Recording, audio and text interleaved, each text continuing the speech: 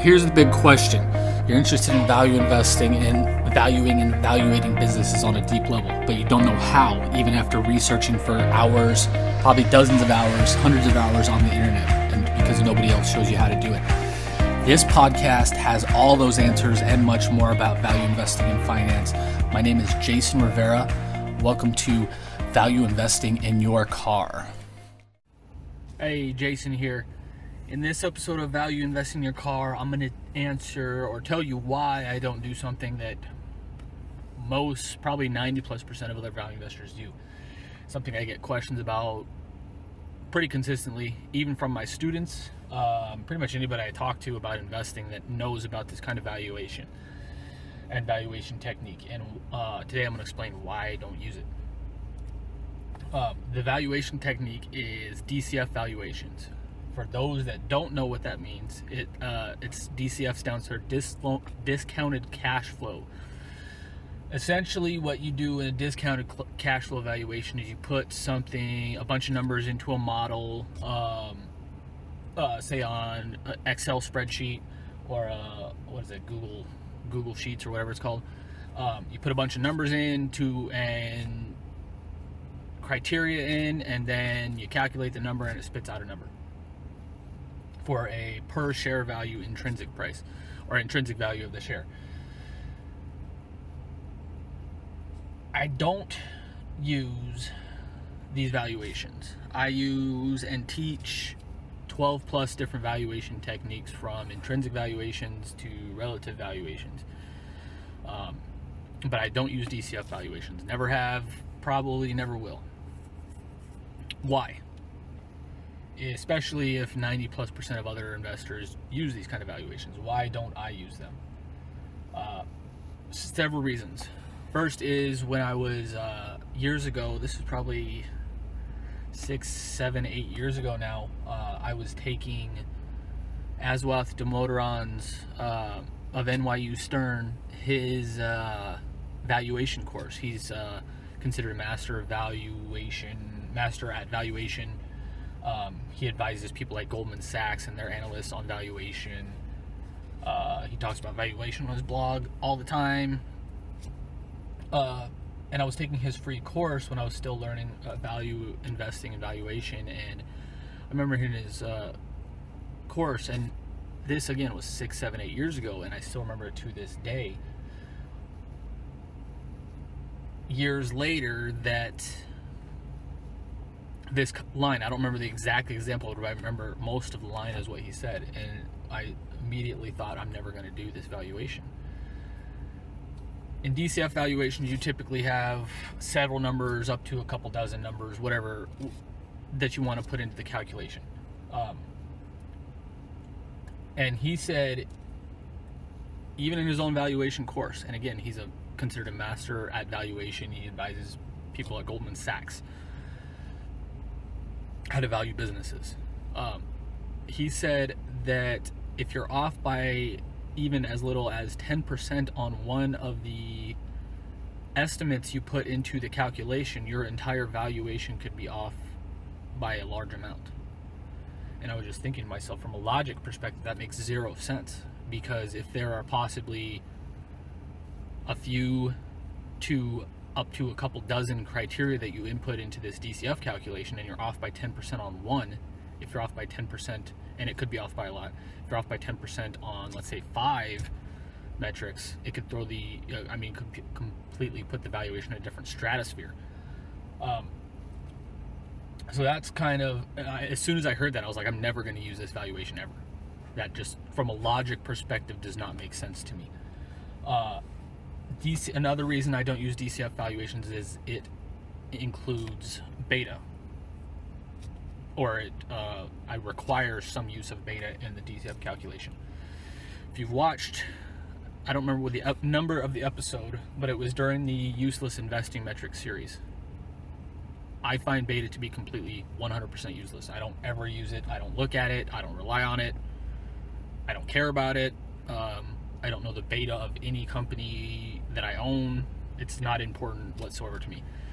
So including a number that I don't use and I find completely useless in a valuation model doesn't make sense to me. If you haven't watched that video, I will link it below on my thoughts on why I don't use beta.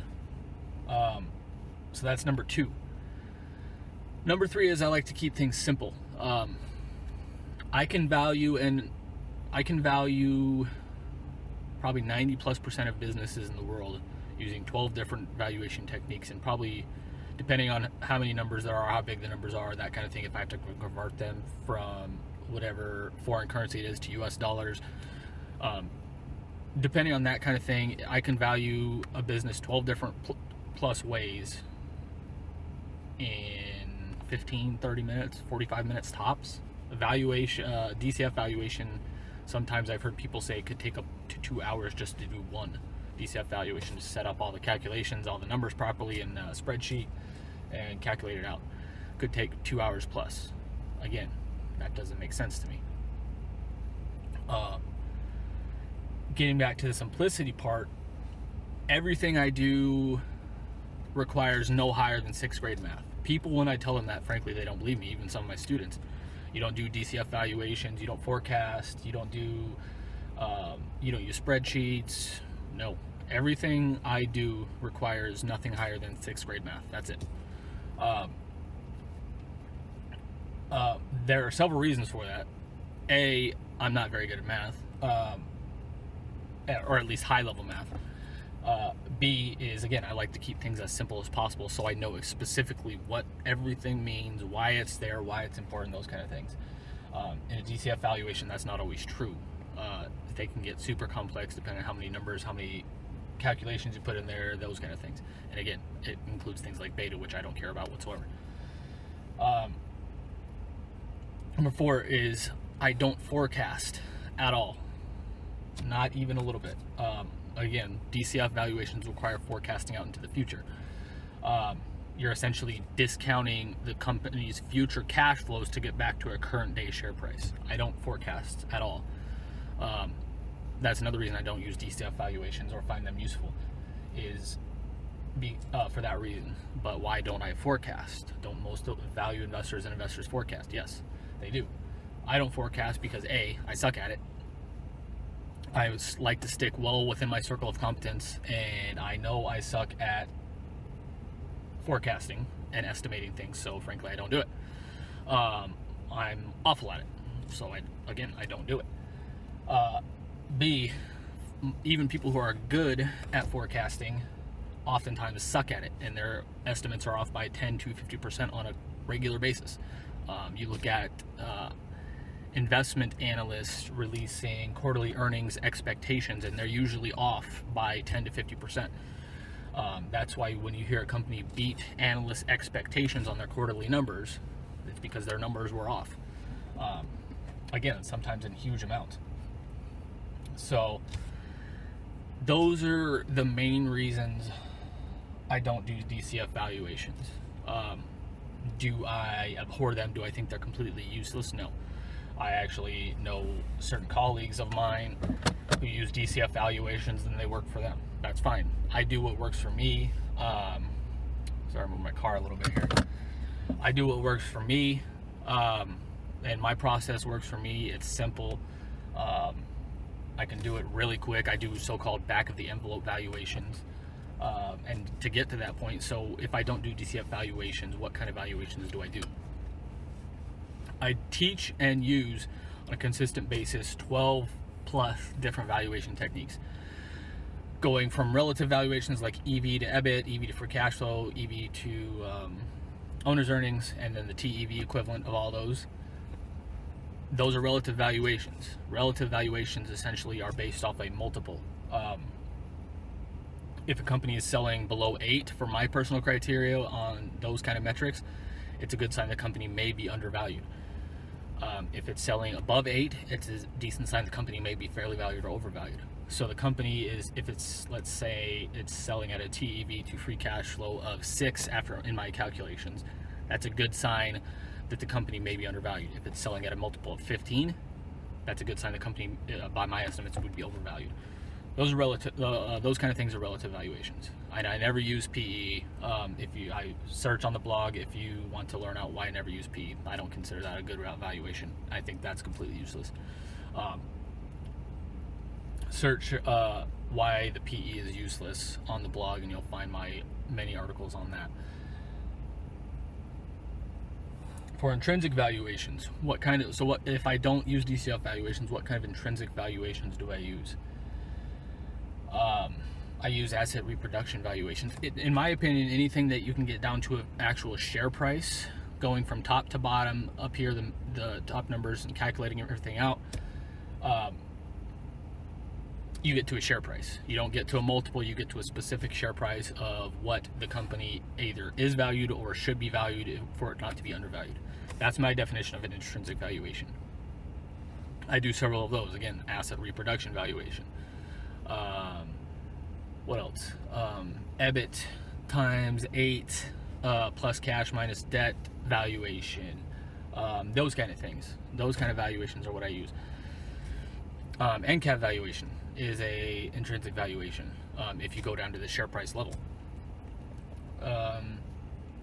These kind of things. And again, I either handwrite everything out when I do valuations, or I type everything out manually. Even with the asset reproduction valuation, I manually put the information in the spreadsheet, and this is the only time I use a spreadsheet in any of my analysis. I put the information in a spreadsheet, and I even hand calculate everything out there. I don't use the calculate or sum model at all for that. Again, simplicity, and again, it fits my process. But I handwrite or calculate everything out manually, typing or handwriting it out for not only, and this is something I learned when I worked at the investment newsletter. If you handwrite something out or manually type it out and take your time to type it out, you remember things better. So it helps not only me reinforce as I'm going through the valuation what is going through with the numbers, what this number means, why it's there, these kind of things, but it helps me remember the number better as well. Why does handwriting or typing something out help you remember it better? Because you have to slow down and actually think about what you're doing instead of just reading something where you can scan and scan and scan and scan. If you actually manually, especially if you handwrite something out, you have to actually slow down and think about what you're writing, so it helps you remember stuff more. So those are kind of the reasons I don't do DCF valuations. I'd love to hear your thoughts, because I'm sure many of you do DCF valuations. Again, I don't use them. I don't teach them to my students. I've never used them. I probably never will use them. And again, I just do what works for me and makes sense from a logic perspective and what fits my capabilities and my strengths. DCF valuations aren't one of those, but I'm sure some of you out there are thinking, I may be an idiot for not using DCF valuations, that you love DCF valuations, you use them all the time and use them exclusively. I'd love to hear your thoughts in the comments below. What did I miss? What did I mistake? What did I make a mistake on? Those kind of things. If you want to watch the PE, why the PE is useless, and the beta, why beta is useless videos and posts, I'll link those below in this video, or below this video. If you're watching on YouTube, make sure to like, share, comment, and subscribe to our channel. Also, if you subscribe, hit the bell so you're notified anytime we release a new video, and we're making new videos almost every single day. We're up to about 350 videos as of this recording. I think just slightly under that as of this recording. So we have a ton of videos available, and we're releasing and making more new videos every day to help you become a better value investor faster. If you want to watch our other series, we have free training series, we have case study series, we have my thoughts series, which goes over things like my thoughts on retirement plans, why I don't invest in gold and crypto, gold and silver, and why I don't invest in crypto, those kind of things. Make sure to watch those videos left, right, below, wherever you're watching. And again, thanks for watching. I'd love to hear your comments and thoughts, and until next time, I'll see you in the next video. Thanks for watching. Bye.